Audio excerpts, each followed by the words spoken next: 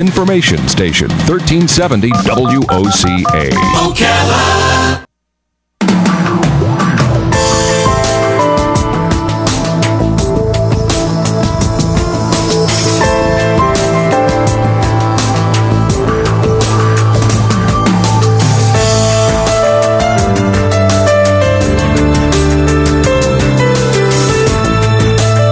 All right, 19 minutes after 9 o'clock. Thank you for tuning in this Monday morning. How many of you are waking up this morning and saying to yourself, gosh, that was a come-from-behind moment yesterday with the Super Bowl, and now you're going to your job or your business, and you're saying, you know what?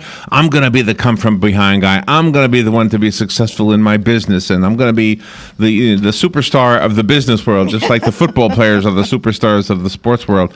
Royston Guest is on the phone. He's got some information that might help you achieve that win for yourself. He's got a book called Built to Grow: How to Deliver Accelerated, Sustained, and Profitable Business Growth. Royston Guest is the CEO of PTI Worldwide, and he's on the phone. Let's say good morning to Royston Guest. Good morning, sir. How are you? I'm fantastic. Great to be with you. And where are you calling from? I'm calling from London in the UK. London. Oh, my gosh. What's the weather like in London? It's cold. It's about 2 degrees today, but it's a little bit overcast, but fresh, shall we say. All right. Now, do we have different rules to help grow our business in America than you might have in Great Britain, or does it work in any place in the world? The principles, the fundamentals work anywhere in the world. It's irrelevant of continent, but also whether you're B2B or B2C, big business, small business, or a technology-driven business. The fundamental principles of business growth are the same. It's the personalization and the application of those and making them real for your particular business. We had a lady I wanted to tell you about real quickly, and she was offering her services as a professional gardener.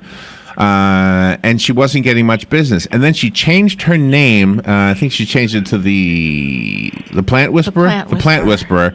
Anyway, she started getting a lot of business. So my question to you is, does a name make a lot of difference? It can do. I mean, if you take that example there of the Plant Whisperer, straight away that sparks in your mind curiosity. And there's a great expression that I use that you can take the horse to water, but you can't make it drink. Well, actually, that expression is not true, because you can if you salt the oats.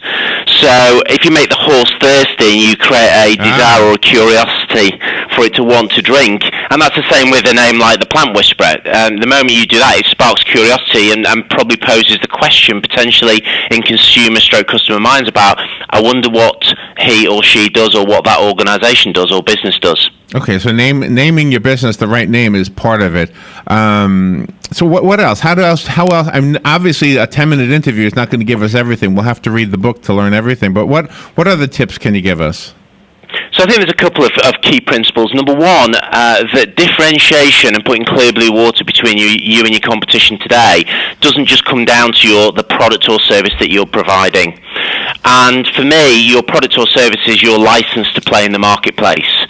There's a given in the marketplace that you have a product or service that is fit for purpose. What gives you real competitive advantage is the wrapping that you put around it, i.e. the CX or the customer experience.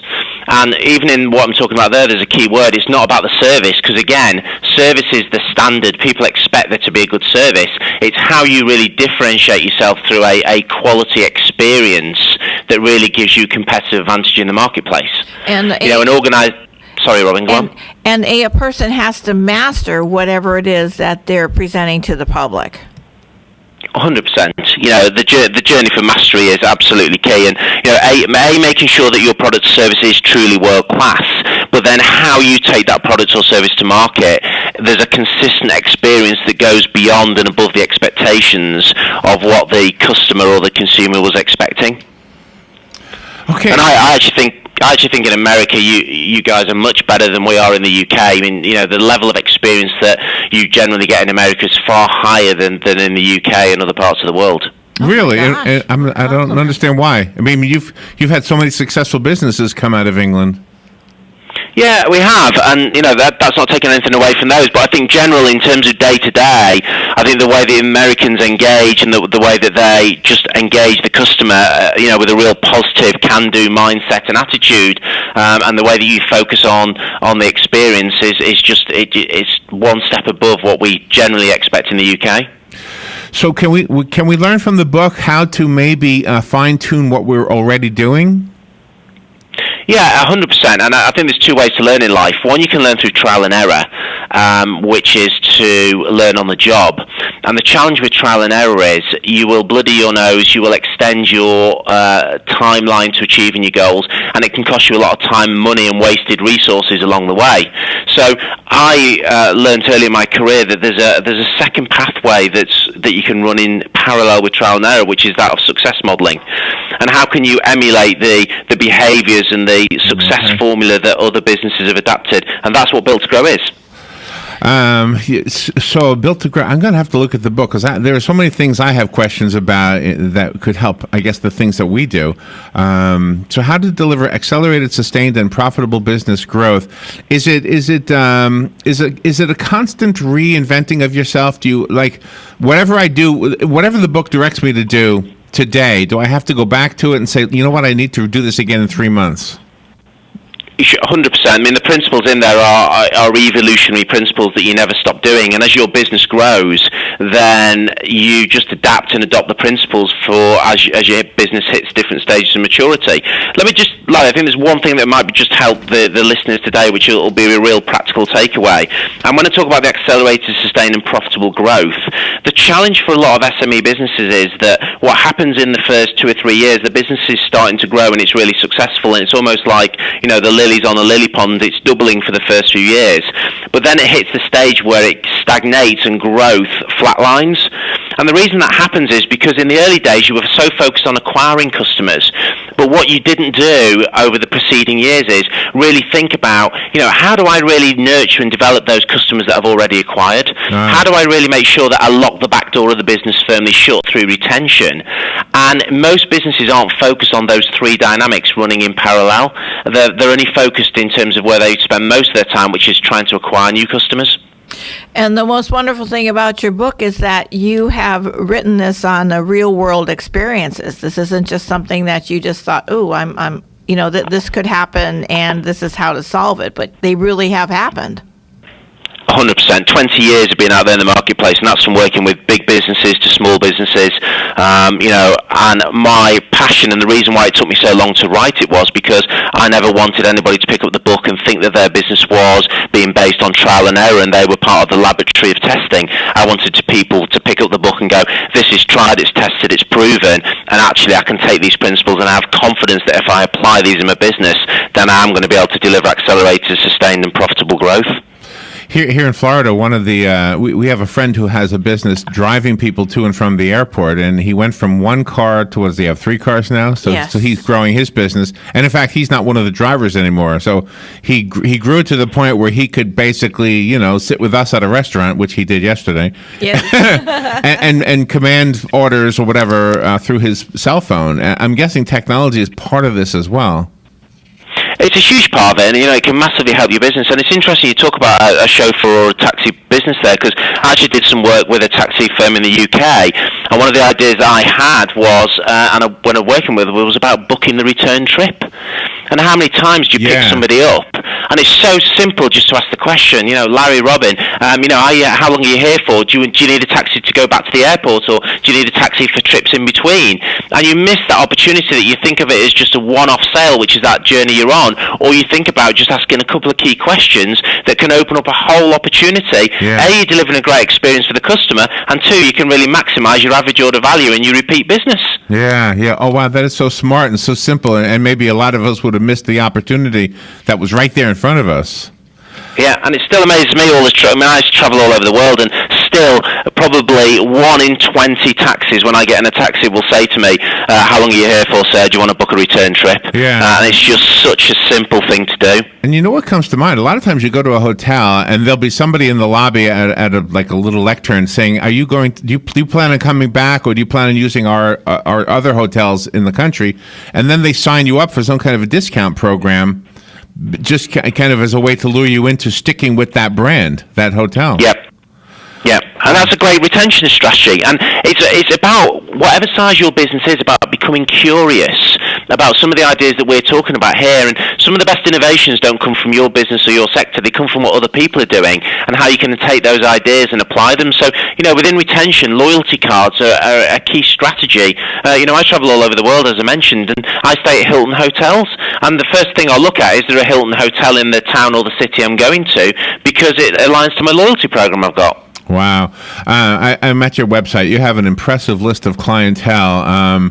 For everybody else, go to the website, roystonguest.com, ROYSTONGUEST.com. We'll make sure we put that link on the podcast that we're going to upload later on. The book, again, is called Built to Grow. We've got about 15 seconds. Do we get the book on Amazon and all the other booksellers? Yeah, Amazon, and if anybody wants to, I've got 2 groups, one on Facebook, one on LinkedIn. I post loads of free videos, articles, and people can join those groups to access a load of free material from me. Okay, Royston Guest, thank you so much for being our guest, and come into the studio one day if you're ever here in Florida. I will do. Thanks very much. All right, we'll be right back. Great to be with you. Patriots win the Super Bowl.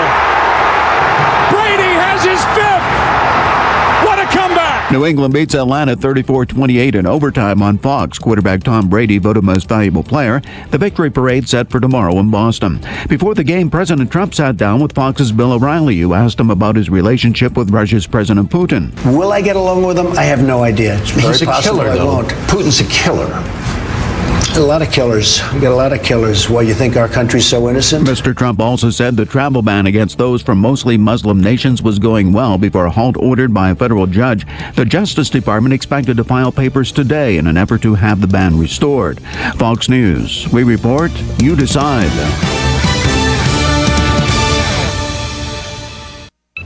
Heavy rain this morning causing backed up traffic all the way to Please remove all laptops and Folks, we're number 9 on the list for takeoff, so settle in, keep those seatbelts fastened. Don't fries with that. Welcome to Westin. Travel can be disruptive to your well-being. That's why at Westin Hotels and Resorts, we have rejuvenating heavenly beds, a nutritious superfoods RX menu, and a workout gear lending program to help you stay in control and rise above it all. Westin, let's rise. Napa know-how. When you grab a pair of Bosch Evolution Beam wiper blades, now $10 off at Napa, you'll have the confidence to tell Mother Nature to bring it. Bring the rain, snow, sleet, the almighty, all-powerful El Nino, and even more rain. Because with Bosch Evolution wiper blades, now $10 off when you buy a pair, you'll show the weather who's really the boss. That's Napa know-how. Napa know-how. At participating Napa Auto Parts stores. Offer expires 2/28/17.